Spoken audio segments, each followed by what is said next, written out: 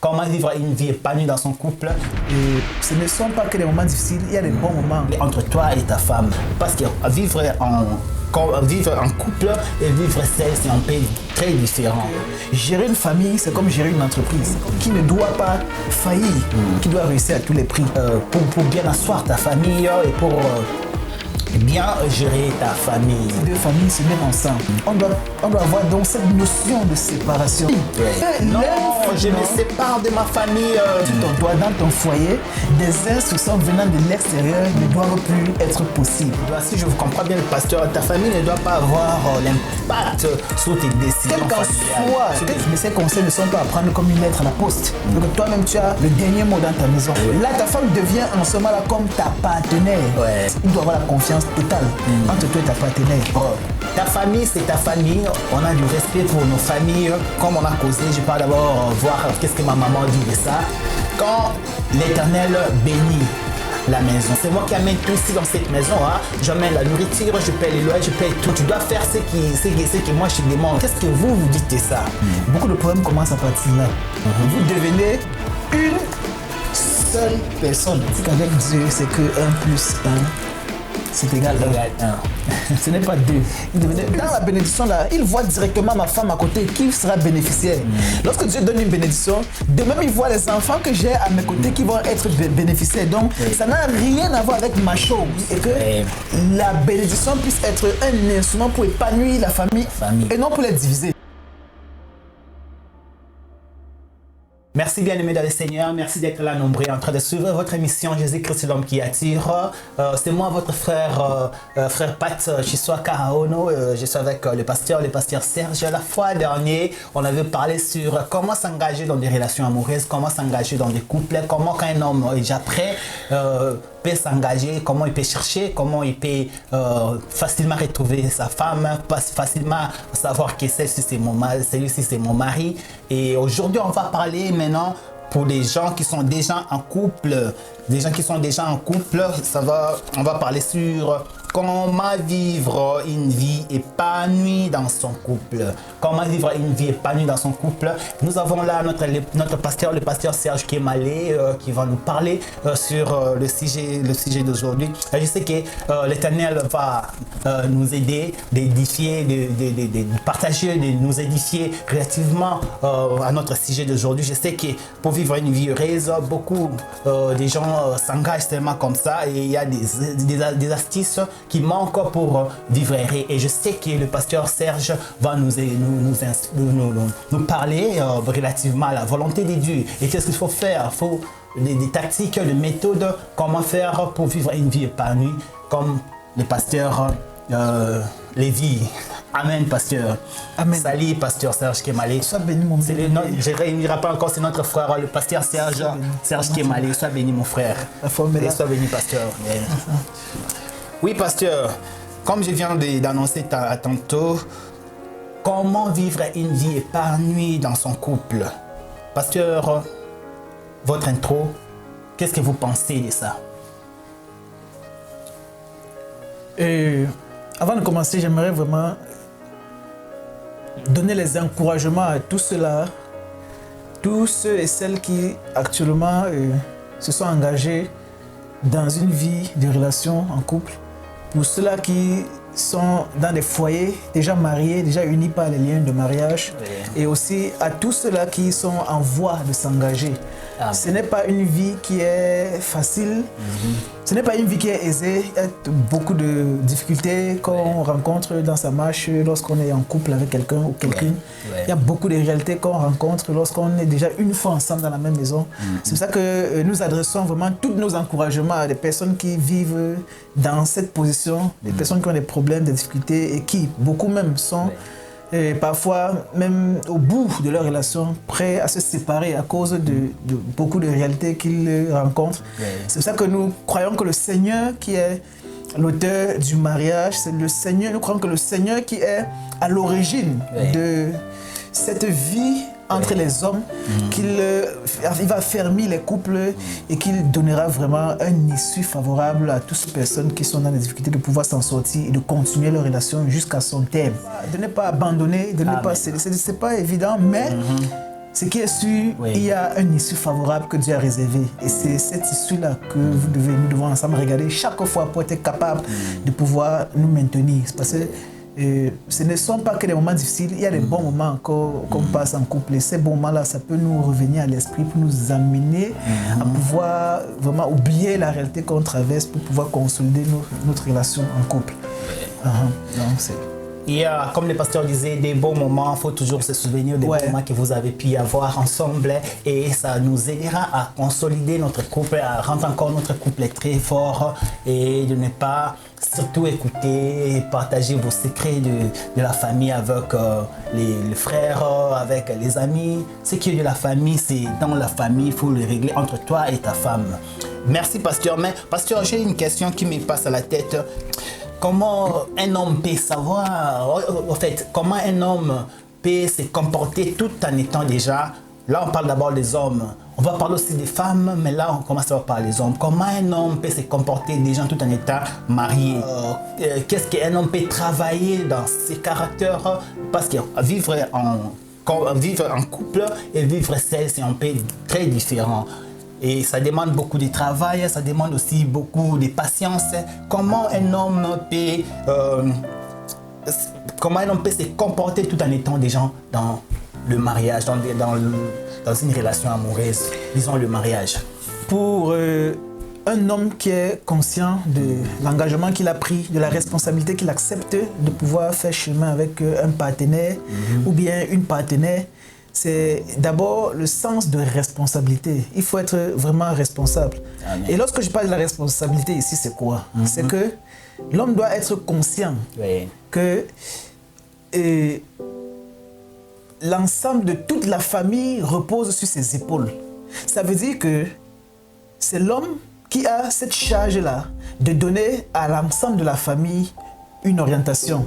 C'est l'homme qui a la responsabilité de pouvoir donner un sens à la vie familiale qu'il veut fonder. Cette responsabilité-là repose sur ses épaules.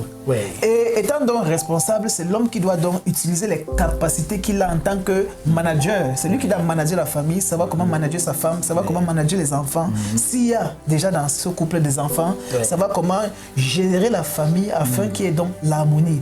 Donc il faut avoir ce sens de responsabilité, savoir que gérer une famille, c'est comme gérer une entreprise. C'est comme gérer une structure qui ne doit pas faillir, qui doit réussir à tous les prix. Et pour que ça réussisse, il faut que l'homme soit capable et qu'il soit à la hauteur de toutes les situations qu'il peut avoir face à lui. C'est ça qui peut l'amener à gérer la famille et à ne pas céder face à certaines situations ou à ne pas céder à la panique face à certaines situations.